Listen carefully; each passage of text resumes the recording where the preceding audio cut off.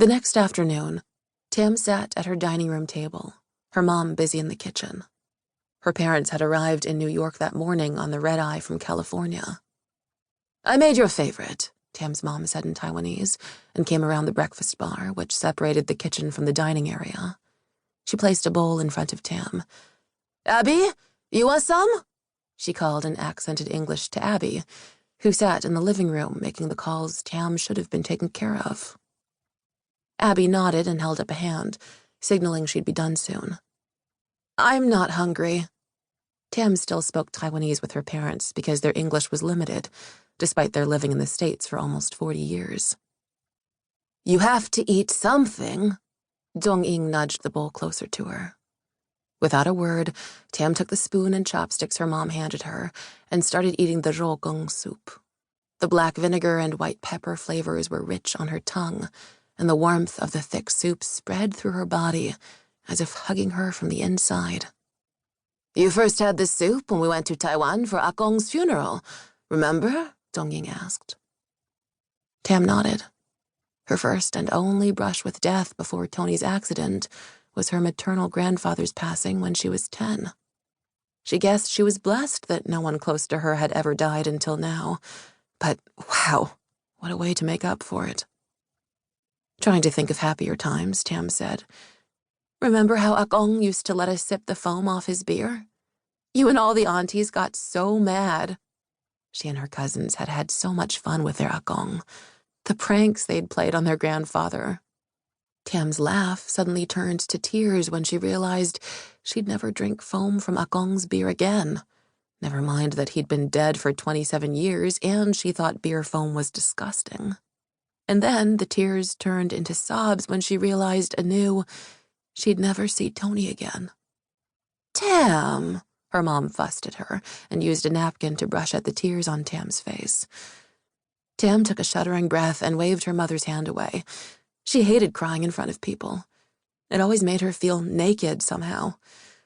She stared fiercely at her soup until the tears stopped, and that was when she realized she was holding a pair of unfamiliar chopsticks. She turned them around in her hand. "Where'd these come from?" "I brought them," Dong-Ying said. "I can't believe you don't own chopsticks." "Tony only wanted to use forks at home." Tam's bottom lip trembled and she clamped her lips together. Tony was so traditionally Chinese in some ways and so American in others. She'd resented not having chopsticks, but instead of telling him that, she'd simmered silently, shooting him spiteful looks that used to make him look at her in bewilderment. Now, self-loathing filled her heart. Tony would never use a fork again. Why had she been so mean about it? It was just silverware after all. What had she thought she would gain by punishing Tony the way she had these last few years? A sob escaped again, and Tam covered her mouth. Her mom got up and ladled a bowl for herself, giving Tam a moment to control herself. There was silence except for Abby's soft voice on the phone while they ate their soup. Tam's father had gone upstairs to shower, and despite her rocky relationship with her mom, Tam was glad to have her here. "You know, I never really liked Mia," her mom said. "She always seemed so needy and grabby, especially when she lived with you when she first came to America." Tam looked up. "Mom? Really? Her mom was going to bash someone who just died?" Although she did know what her mom meant. Mia had been needy, but at the same time, Mia had stood by her during all her miscarriages. She'd become like a sister to her. Her mom held up her hands. I know, but she wanted too much from you and Tony. You know their kind is different from us." Tam gave a tired sigh and pressed her fingers to her eyes.